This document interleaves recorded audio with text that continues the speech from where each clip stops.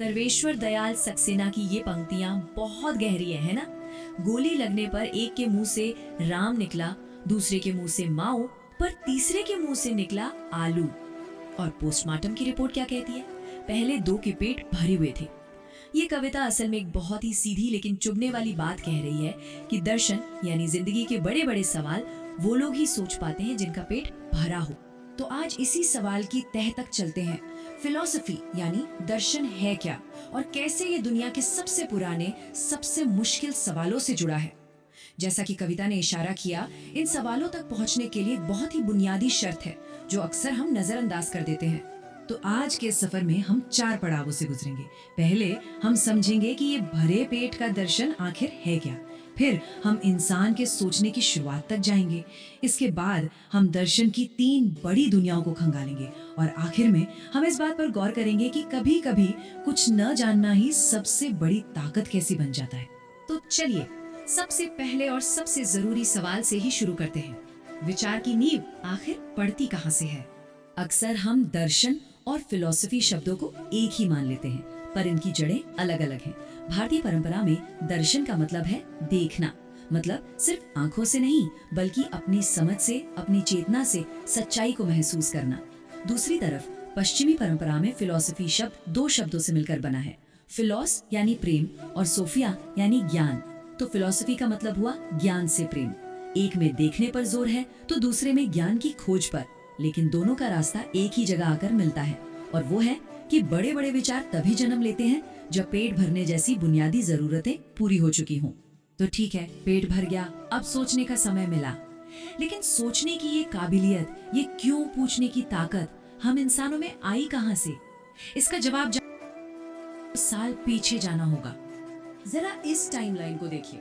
4.5 अरब साल पहले पृथ्वी बनी, फिर करीब 1 अरब साल बाद यहाँ पहला जीवन पनपा और हम यानी होमो सेपियंस, हम तो बस 3 लाख साल पहले आए।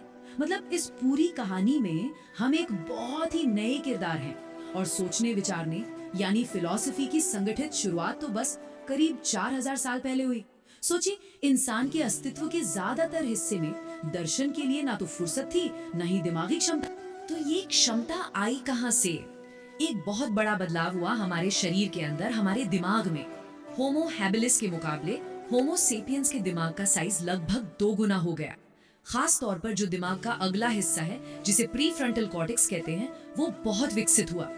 यही वो हिस्सा है जो हमें योजना बनाने, कल्पना करने और मुश्किल सवालों पर सोचने की ताकत देता है। मतलब फिलॉसफी के लिए जरूरी हार्डवेयर तैयार हो रहा था। और फिर 2 बड़े गेम चेंजर्स आए, 2 ऐसी क्रांतियां जिन्होंने सब कुछ बदल दिया। पहली थी संज्ञानात्मक क्रांति या कॉग्निटिव रेवोल्यूशन।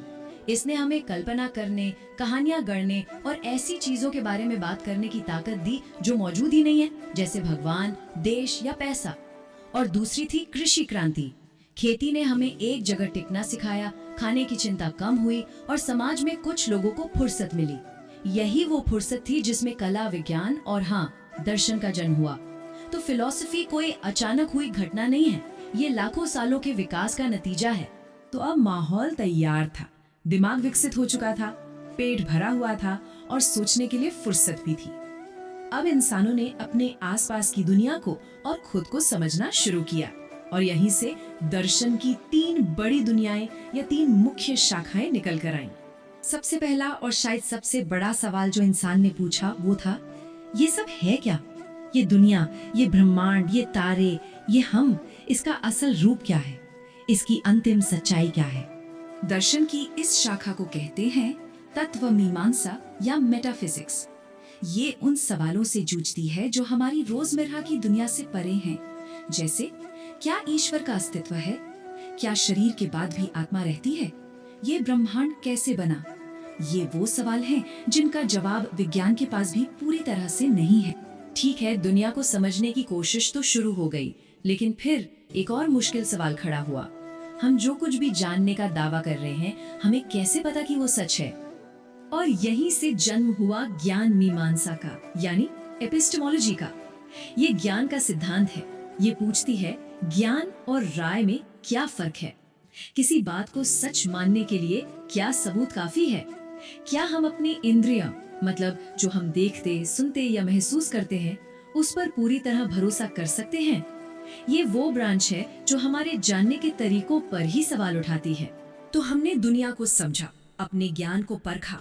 अब तीसरा और सबसे जरूरी सवाल सामने आया, इस दुनिया में हमें जीना कैसे चाहिए? क्या सही है, क्या गलत है, और क्या चीजें सच में कीमती है? इसे कहते हैं मूल्य मीमांसा या एक्सियोलॉजी।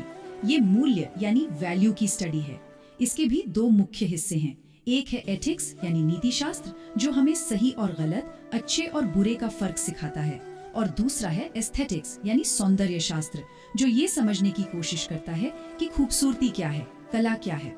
तो कुल मिलाकर दर्शन इन्हीं तीन बड़े सवालों के चारों ओर घूमता है। असलियत क्या है, हम जानते कैसे हैं, और हमें जीना कैसे चाहिए। तो हजारों सालों से इंसान इन सवालों से जूझ रहा है। क्या हमें इनके पक्के जवाब मिल गए हैं? शायद नहीं।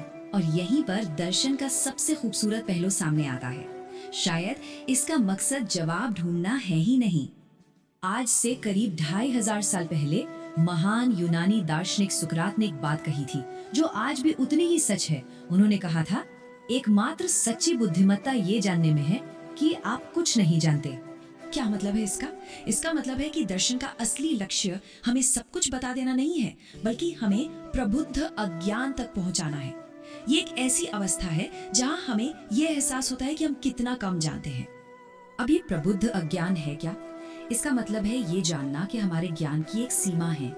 इसका मतलब है ये समझना कि ये सवाल कितने गहरे और पेचीदा हैं। ये मानना कि किसी एक इंसान या एक किताब के पास सारे जवाब नहीं हो सकते। और सबसे जरूरी, ये हमें किसी भी विचार को आंख बंद करके कट्टरता से मानने से बचाता है। ये हमें दिमागी रूप से खुला और विनम्र रखता है। तो आखिर में दर्शन हमें कोई बना बनाया नक्शा नहीं देता जो जिंदगी का हर रास्ता बता दे।